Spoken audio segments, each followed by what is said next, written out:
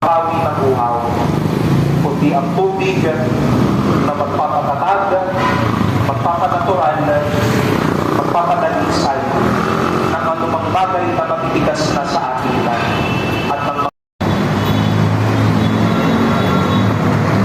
lagi ang inyong barangay ng presensya ng Diyos at walang hanggang pag-ibig kay Kristo.